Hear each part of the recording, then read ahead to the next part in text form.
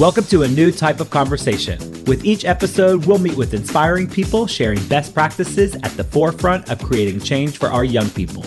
We'll talk motivations that make a difference and how their lived experience can help empower us to take action and make a difference in the lives of young people where we live. My name is CJ Sturmer, and this is the Champions for Youth podcast.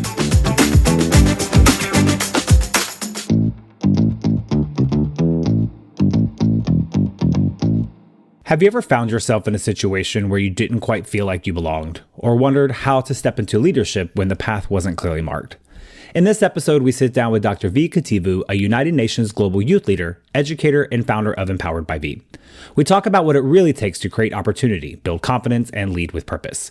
From navigating higher education as a first-generation student to becoming a voice on the global stage, her journey is packed with real insight for anyone working to make a difference no matter where they start. We'll talk about how young people can find their footing while pursuing education or entering professional spaces, why confidence and clarity are tools for success, and how public health can be more effective when it meets young people where they are. This episode is a powerful reminder that empowering young leaders isn't about fitting in. It's about showing up prepared, connected, and ready to contribute. I want to talk a little bit about Empowerment by V. Mm-hmm. What was the motivation? Why was that so important for you to create? So for me, Empowered by V began as an idea in my head. When I began doing social media at university, I just gotten into Oxford University. It was this incredible school that so many people around the world would come and visit just to take a picture outside of our libraries, just to be in the same space as the young people learning there, let alone actually getting in and attending. So when I got there, I looked around and I was like, so you're telling me that future prime ministers, people who run the UK, they tend to have gone to the school. So that means for you to be a leader in this country, you need to have gone to the school. But when I'm looking around the school, no one looks like me, no one sounds like me, no one at the table is representing me. So what message are we sending? And going back home, everyone's like, what do they eat over there? Is it lobster? Do they wear Harry Potter gowns? The questions were never about the actual education itself, which people from my area were very equipped and talented to do. It was always questions about how you would feel and what the environment was like. And that bothered me because I thought, what message are you sending about what intelligence means? So got my little camera, put it on the windowsill, and I began vlogging and talking about my experience, being a YouTuber, showing people you can be unapologetically yourself and still thrive in a space like this. Like, your background shouldn't be the determiner of are you capable or not. Talent resides everywhere. So when I began doing that, naturally fell into, okay, I've got 500 young people who are subscribing. They're feeling the energy. They're like, yeah, you're right. I need to take my power back. I am going to apply for that school, even though I'm living in a home where there's 3 siblings in one room, the boiler's not working, I'm helping with childcare. That shouldn't be a determiner of whether or not I will do well in that place. We were having this fired up group of young people who wanted to show the world that their talent still mattered despite their background. And when that was happening, I thought, wait a minute, people want more. They want me to now look at their personal statement. They want me to now check out what school they want to attend, because Oxford then became this representation of whatever a young person was aspiring for. So I kind of became this symbol of youth hope, by accident. So I thought, wait, I need to read that, and I'm a student. I'm going to be broke if I take out 80 students for coffee, one at a time, to talk to them about. So let me just have an event. Let me have this one-off event, like a meet and greet. They can come in, we'll talk, and that will be it. And I was talking to my best friend, who happens to be Malala, and I was like to her, what do I do? You've been running the Malala Fund for a while and you know how to do this kind of work.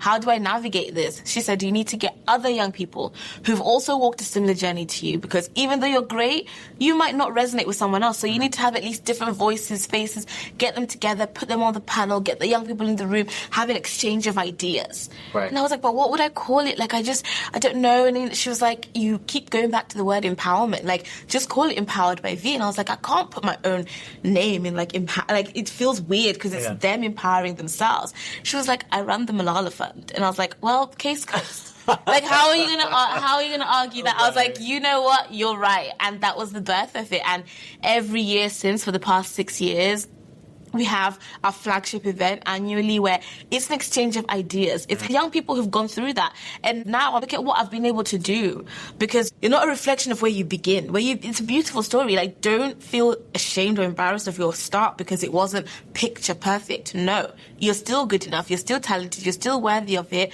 And this is how. So I'll have young people come to me and say, I've only been working at McDonald's for the past 2 years. Like, that's not a Harvard student. I'm like, yes, it is.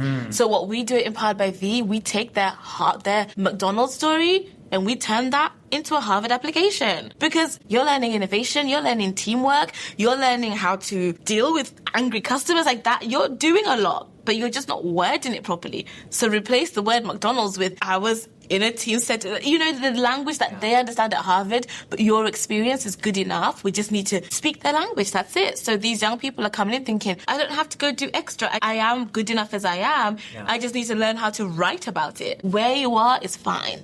Yeah. We just need to tweak that and make sure that they understand that and they see you for exactly who you are. That's it. So that's what Empowered by V, that's what we do. We just are there to support, give free resources, conferences, get the energy going, connect, mentor, all of that stuff. That's it. You constantly make me feel empowered. Taking a moment, it radiates off of you, and I continue to have this moment to where I just have a humbling, grateful moment that I talk to somebody with such advocacy and such voice and such passion and such good ideas that we know are working, that it makes me feel like I have an opportunity. I'm 40 years old and I'm still a youth and young at heart to so many people, and that even I, at my age as an adult, still have the opportunity to go above and beyond. I tell this story about, I have an MBA, and before that application, I was like, what am I doing going back to school at 36, 38 years old? I can never do that. I can't afford that. I'm a trailer park kid. And to hear you sort of speak, it reminded me of when I talked to my grandmother and I told her about this. And I remember she looked at me while she was on oxygen during Thanksgiving, and she said, I think you'd be an idiot if you didn't at least try.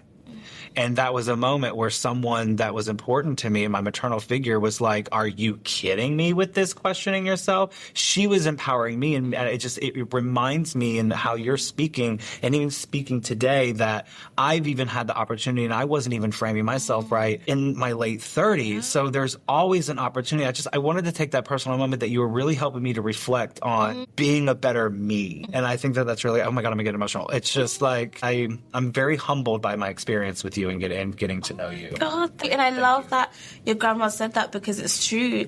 A lot of young people come to me and they say exactly what you're saying of, why should someone like me even bother trying to apply for something like that? Because I know they're going to reject me. I know I'm not good enough. And it's like, you will miss 100% of the shots that you don't take. And how dare they make you feel imposter syndrome when, if anything, you're the person who shouldn't? The fact that you've jumped through that many hoops, that you're starting with that background, and you still have that determination and passion to pursue your education, pursue that knowledge, to still put yourself out there, and you get in, and now you're sitting in that room and you're doubting yourself. What? And it's not a reflection of you, because imposter syndrome, people make it sound like it's a you thing, like you are just not feeling good enough. No, the systems around us are sometimes designed to make us feel that way. And the fact that you still overcame and gotten in that room, you better own it. You better take up that space. You better let them know you're there, because how dare anyone try to dim your light? Period. Like, how dare that you're just as human as anybody else, and you deserve a chance at fighting for what you want, no matter what field or lane it's in. And that's what we do with our students at Empowered by V. We're simply there to tell them, just try it and let the rest happen. We will then help you figure out scholarships. We'll help you figure out, but the initial, that self-belief, that is something that you're going to have to guard and protect and invest in and carry with you through life, because whether it's 38, 40, whether it's 12, 16, the world will try to bring you down. And so that level of bubble of protection, talking to yourself kindly, telling yourself you're worthy, telling yourself you deserve it, that I feel like is one of the first steps, because then when you're hearing that noise, you'll be like, well, I know you're not talking to me. Okay. I always tell people, if someone on the internet tries to come to me and say, V, we think you're ugly, genuinely, I can't even receive it. I'm like,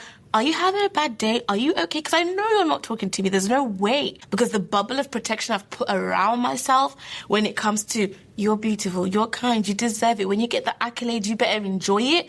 By the time someone tries to come to me with like, it just bounces right back. It's like, I'm so sorry. Like, I don't know. Return to sender. Yeah, return. Can't take that in. Address unknown. How dare, and sometimes we talk to ourselves in the worst of ways. We will look in that mirror, critique ourselves. You're not good enough to do that MBA. You're not good enough to do this. How dare you even think? And it's like you wouldn't talk to your worst enemy like that. Your little sister comes to you and says, I'm dreaming of doing it. You wouldn't dare say some of the stuff you just said to yourself when you're trying to do the application. Right. But yet we do it to ourselves. So I always start with that self-empowerment with my students to be like, before we even get into looking at the application for Harvard, I need to make sure that we are arming you with that armor of self-love. So whatever we can do, then we go and take on the world. Yeah. You know? Is there a specific memory or a moment that sticks out in your mind that maybe even is motivating you that you say, wow, okay, I'm actually making a specific difference based on what this person has told me? Do you have a moment like that? Oh, yeah, for sure. And I'll always say my mom, right? Like, my mother, I feel like if you look in that dictionary, she is the embodiment of empowerment without her even, like, being able to describe it or know it. Like, she's always very shy. She's like, I've got nothing of value to say. To me, I'm like, you don't even realize the extent of the imprint or impact you've had on me, because growing up, she was always so grateful for what she's got and always knew how to flip a situation and find the good in it, glass half full, not half empty. She just taught me how to get the most out of whatever is happening. So that idea of now taking my students and saying, McDonald's, that's Harvard. I'm like, oh, wait, this is stuff that I heard from my mom growing up all the time. Being able to reframe it. And that's something that I see myself telling my students all the time. Like, your beginning is not going to mark your end. Like, why are you looking down? They're like, we can't afford the clothes that the people at Oxford wear. We can't afford. No, change that. You can't afford the clothes they wear, and yet you're still running circles around them. Yeah. You didn't have the same level of education they had, and yet look at you. How do you reframe it? And I know that began from my upbringing. I know that for a fact. I know it for a fact. We talk a lot about the intersectionality of health and what we do. And yes, it's awareness building and prevention building with a variety of topics, but something that we try to promote in many different ways is understanding that these things are not in silos, right? Empowerment is not a silo, and that we have to look at a whole person. Absolutely. And so when thinking about intersectionality, like we're in terms of health and what you do in the empowerment, I think you bring up actually a really great question. How do we empower people as an advocate for youth voices? How do we make sure that there is empowerment for youth? I mean, that's a pretty difficult question, but I think it's when you're creating the information that you're going to disseminate, like, what kind of language are you using? Because I think sometimes there's an overcomplication of, when it comes to health, people feel like, I can't even pick up that pamphlet. I won't understand it.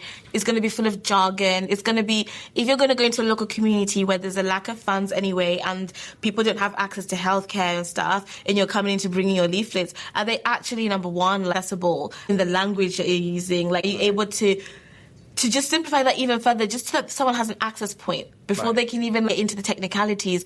Are you making it affordable? Like, whatever you're suggesting to me, am I going to read this and just know now there's a problem, but I actually can't afford the solution? You know, and it's just so difficult. It goes back to having the youth at the table and asking them, what is it that you need? And when you realize what they need, you realize where you need to better allocate your budgets. You realize where you're maybe misspending, because if young people are asking for a specific thing, but yet you've overinvested in this other area, and you're like, well, young people don't care. We did invest in something for youth and they didn't come. We invited them. They didn't show up. Was it actually what they needed, though? Because I'm not going to show up to something that I don't need, I can't access, that's not useful. You have to have that co-creation. Right. You made a good point. Language, access. So it's something that's so simple of just asking, they're not showing up. Okay. Why? Yeah, there are moments sometimes when at the UN, even at this point in my journey where I've been with them for a while, I'm sometimes like, what are you talking about? Just pause. Can we just remove all that fluffy language? Just tell me, what are you trying to say in simple terms? Because as much as you think you're including me, involving me, now you're speaking a language I can't understand. And it sometimes feels, why do we overcomplicate things? Let's just boil it down. Invite me in, because maybe I actually don't know the language you're using, but now when you say it, I'm like, oh, That's what you're trying, the whole time, that's what you were trying to say. But they just speak in like jargon and different words that I don't know. It's not accessible language. Right. It's not. The day that I finish my thesis and I finish my PhD, I'm going to have a version of it that's not so technical, because yes, when I'm talking to my PhD committee, you get what I'm saying, I get what you're saying, I can use that language, we can get so technical and high level. But when I'm now giving it for people to access and read and understand, let's make a different version, because then when you finish with that and you want to dive in further, fine, there's a space for that. But meet me where I'm at. Meet me where I'm at. We're living in a world where young people are consuming most of their media and news online in bite-sized chunks. And it's great. I'm taking it in. So if that's like where you're meeting me at, when you're now bringing me this report, I'm not reading that. You know I'm not reading that. Right. Then you're going to say, oh, they don't care. I do care, but make that digestible. Right. I was talking to 4 high school youth earlier, and they said a very kind of similar thing. Is just talk to me like an adult. Like, you don't need to talk to me like a kid or say it a specific way. Let's just talk like adults. Yeah, talk to me. It's human interaction, isn't it? Yeah, it is. Thank you so much for continuing to make us feel empowered. We have the opportunity. We can do more in a variety of ways. And for being such a great voice and promoting advocacy for youth to not only be at the table, but to have a voice and to be included and to actually get what they need. Thank you so much. I appreciate your time today. You're welcome. Thank you for having me. And keep on doing the work you guys are doing. If you're watching this, I assume you're in this world, in this space. And the very fact that you're engaging with it is really, really great. So please keep on going and never be afraid of learning, of diving in, or getting uncomfortable with these issues, because that means that we're moving. It means that something's happening, and it's okay to be a student of life. You heard it first. Keep going. Thanks, Fee. What a great reminder that leadership isn't about where you start. It's about showing up with purpose and helping others to do the same. Thanks again to the Virginia Foundation for Healthy Youth and Prevention Connections for the support. And be sure to go to the website and check out other programs that we offer at vfhy.org. And since we're a few episodes in, we'd love to know what you think and give us that 5-star review. While you're at it, go ahead and share it with others. The only way we can make real change is if we're doing it together. And as we say around here, no matter what you do in this world, go out there and go do good. Thanks, everyone. We'll see you next time.